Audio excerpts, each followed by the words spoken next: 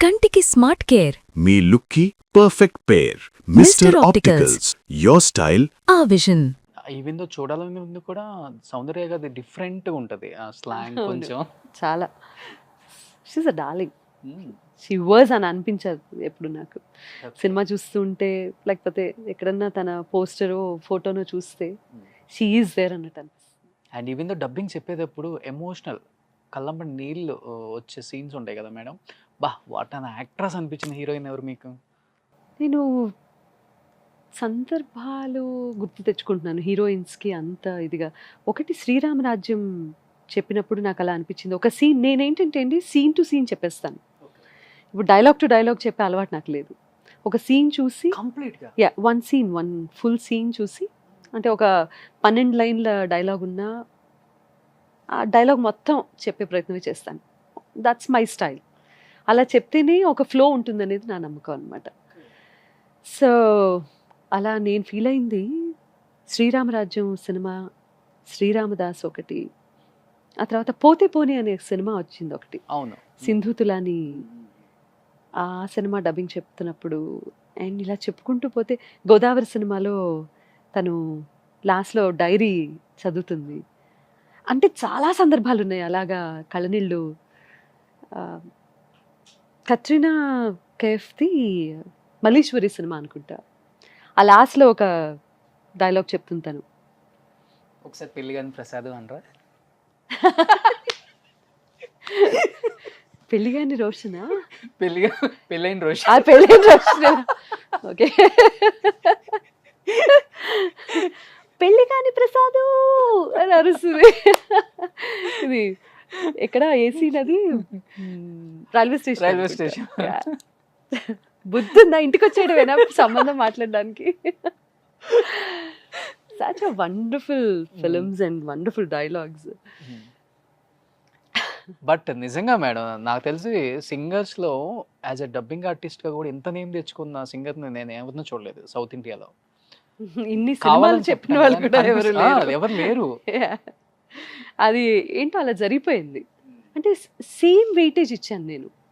Dubbing అనే art నిజంగా చాలా మందికి తెలియాలి.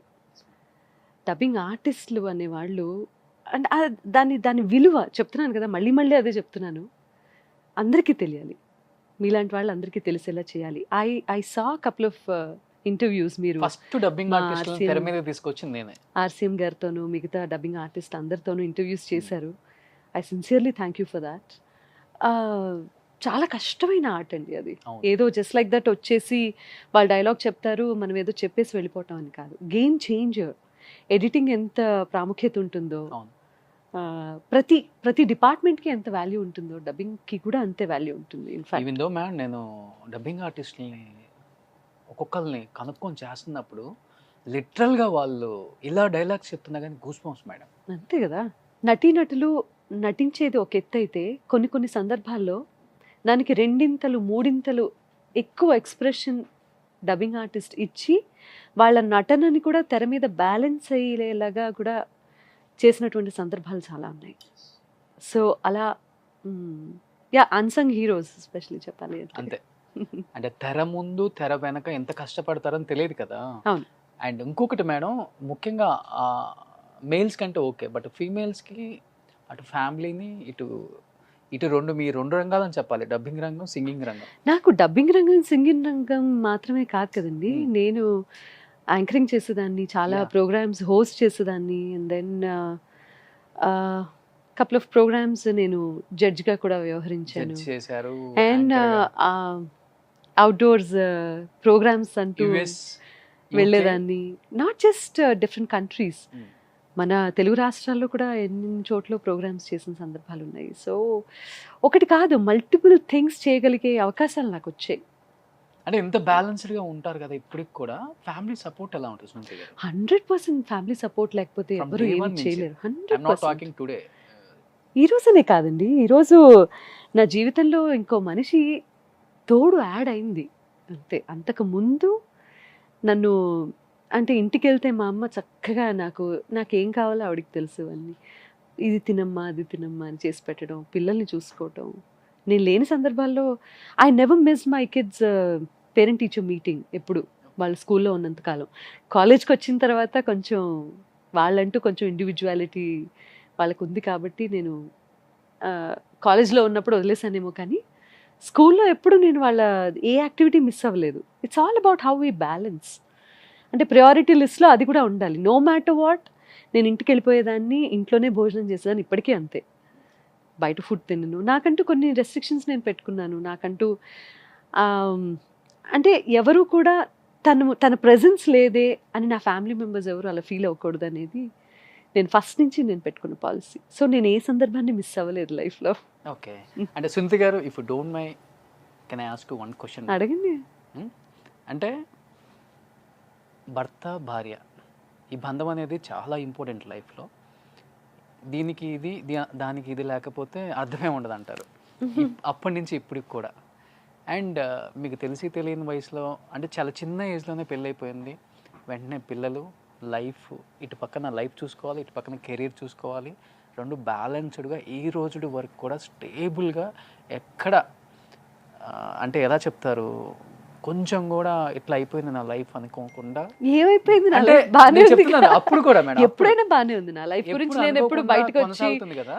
ఇది ఇలా ఉంది అలా ఉంది బాలేదు. నా ఫోకస్ అంతా నా కెరీర్ మీద ఉంది, నా పిల్లల భవిష్యత్తు గురించి ఉంది. పిల్లలు ఉన్నారు కాబట్టి నేను ఎప్పుడు వాళ్ళ ముందు నా ఎక్స్ట్రీమ్ ఎమోషన్స్ కానీ నేను ఎమోషనల్గా లోనైనటువంటి సందర్భాలు ఎప్పుడు ప్రస్తావించలేదు. అసలుకి నేను ఎప్పుడు అంటే నాలో నాకు ఒక బ్యాలెన్స్ ఉంది, నాకు ఒక మెచ్యూరిటీ ఉంది, లైఫ్ అంటే అవగాహన ఉంది, మనుషులంటే అవగాహన వచ్చింది. ఓకే, సో నేను చేయాల్సిన పనులు అది చేస్తే తప్పించి బతుకు బండి నడవదు అని ఎప్పుడైతే అర్థమైన రోజున నేను ఇట్లాంటి ఇష్యూస్ మీద ఎందుకు ఫోకస్ పెడతాను? ఏం జరగాలో చూస్తాను కానీ జరిగిపోయిన దాని గురించి ఎందుకు ఆలోచిస్తాను? అంటే ఎస్పెషల్లీ టైం వేస్ట్ చేయటం ఎందుకు? మీ మ్యారేజ్ అయిన తర్వాత పెద్ద ఎత్తున విమర్శలు అయితే వచ్చాయి మేడం. ఏ విమర్శలు రావటం నేను ఎప్పుడు చూడలేదు. నేను పెద్ద ఎత్తున విమర్శలు వచ్చాయి. నాకు ఇదే అర్థం కాదు. జర్నలిస్ట్ ఎవరు మాట్లాడినా సరే విమర్శల గురించి మాట్లాడతారు. నేను కలిసిన ప్రతి ఒక్కళ్ళు వాళ్ళ ఎంత ఆత్మీయంగా మంచిది మంచిది నేను తీసుకున్న నిర్ణయం మంచి చెడు నిర్ణయించే హక్కు అధికారం ఎవరికీ లేదు. అలా అయితే సమాజంలో ఉన్న ప్రతిదీ నిర్ణయించే హక్కు అధికారం ఎవరికీ లేదు. ఎవరి జీవితం వాళ్ళది, ఎవరి నిర్ణయాలు వాళ్ళవి. గౌరవించగలిగితే గౌరవిస్తారు, అంతేగాని దానికి పని పాట లేని వాళ్ళు చేసే పనులన్నీ ఇట్లాగే ఉంటాయి. ఓకే, ఏదో ఒకటి ఈకలు పీకే వాళ్ళు ఉంటారు, లేకపోతే why you wasting so much of your life, so much of your time, precious time.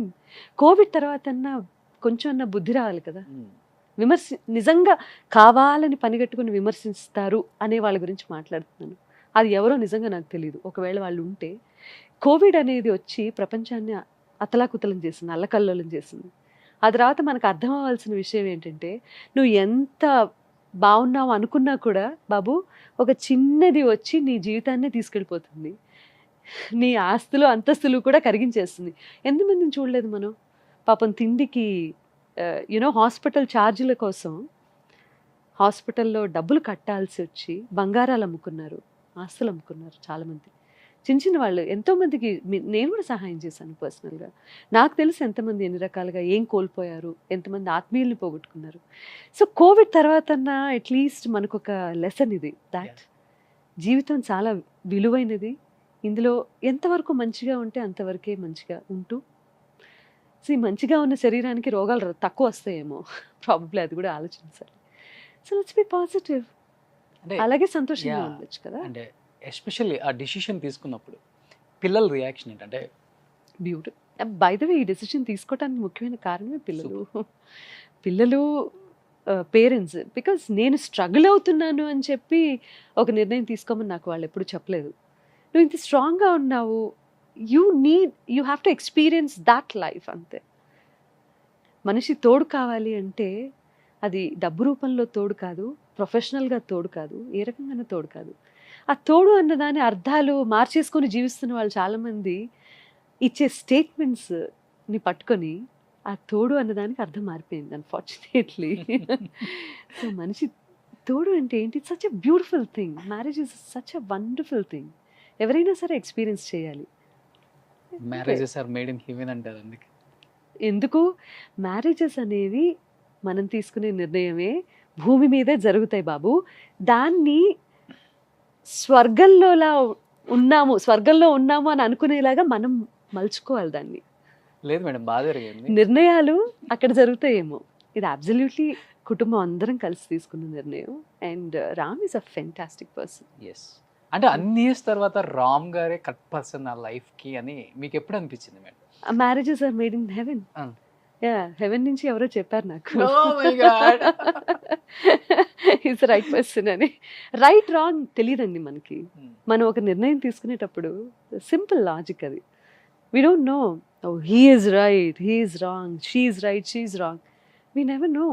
అది రైట్గా మలుచుకోవాలి మనం. చిన్న చిన్న కాంప్రమైజెస్ ఉండాలి జీవితంలో, చిన్న అడ్జస్ట్మెంట్స్ ఉండాలి. ఏదన్నా అనుకున్నది మనసులో పెట్టుకోకుండా డైరెక్ట్గా చెప్పగలిగే మనస్తత్వం ఉండాలి. డిస్కస్ చేసుకుంటే ఏ ప్రాబ్లం అయినా సాల్వ్ అవుతుంది. సో నాకు ఇది నచ్చింది చెప్తాను, నాకు ఒకటి నచ్చలేదు చెప్తాను. కలిసి ఉండాలి అన్న ఇంటెన్షన్ ఉండాలి. అండ్ లైఫ్ లాంగ్ నాకు ఓకే దిస్ ఇస్ ఇట్, ఇది నా జీవితం, ఇతనితో ఈమెతో, ఇది నా కుటుంబం అని నిర్ణయం తీసుకున్న తర్వాత చెయ్యి వదిలిపెట్టడానికి చాలా బలమైన కారణాలు ఉంటాయి. ఓకే, చెయ్యి పట్టుకొని నడవటానికి కూడా బలమైన కారణాలు ఉంటాయి. సో ఆ బలమైన కారణాల మీద ఎక్కువ ఫోకస్ ఉంటుంది ఇప్పుడు ప్రస్తుతానికి. Of course I think after marriage చాలా హ్యాపీగా ఉన్నారు అనిపిస్తుంది నాకు ఎందుకో. Of course I'm happy, of course blessed. Touch wood. But Ram గారి గురించి ఎవరికి చాలా తక్కువ మందికి తెలుసు మేడం. ఇండస్ట్రీలో వాళ్ళకి తెలిసి ఉంటుంది మేబీ. రామ్ గారి గురించి ఏదన్నా మీకు బాగా హార్ట్ టచింగ్ అనిపించిన ఏదైనా 1 or 2 ఇన్సిడెంట్స్ మ్యారేజ్ అయిన తర్వాత అంటే ఏం చెప్తారు? 1 or 2 ఇన్సిడెంట్స్ ఏముంది, we share life every day కదా. 1 or 2 ఇన్సిడెన్సెస్లో మా జీవితాన్ని ఇలా ఉంది అని చెప్పటానికి నాకు ప్రాబబ్లీ నేనేమి చెప్పలేకపోవచ్చు. ఎండ్ ఆఫ్ ది డే నేను ప్రశాంతంగా ఉన్నాను, నేను ఆనందంగా ఉన్నాను అనేది ముఖ్యం. సో నేను ప్రశాంతంగా ఉండటానికి, ఆనందంగా ఉండటానికి కారణమయ్యాడు అంటే అంతకంటే గొప్ప విషయం ఏముంటుంది. Very understanding husband I think. Yeah, ఇద్దరు అలాగే ఉండాలి కదా. It's not just him, I take the credit to. Okay, of course. Ram గారికి కోపం ఎక్కువ, సునీత గారికి కోపం ఎక్కువ? కోపం డిపెండ్స్ ఆన్ ది సిచ్యువేషన్. కోపతాపాలు అనేవి సర్వసాధారణం. అండ్ ఆల్సో మీరు కోపడినా అది అందంగానే ఉంటుంది. ఎవరు పట్టించుకోర్లేండి. నేను పెద్ద కోపడితే నేను చెప్పాలి, ఇదిగో హలో వెయిట్ లిజన్, నేను తిట్టాను అర్థమవుతుందా అని నేనే చెప్పాలి. లేకపోతే మీరే అన్నారు కదా, అంత పెద్ద పట్టించుకోరు ఎవరు. బట్ నా పిల్లలకి తెలుసు నా కోపం. బట్ పిల్లలతో ఎలా ఉంటారు మేడం రామ్ గారు ఎస్పెషల్లీ? We are all family. ఇంకా ఎలా ఉంటారు స్పెషల్గా అని చెప్పడం బాగుండదు. సో వీఆర్ ఫ్యామిలీ అంటే ఆ స్టేట్మెంట్ చాలదా? Super, great. So 1 for all for 1. Simple.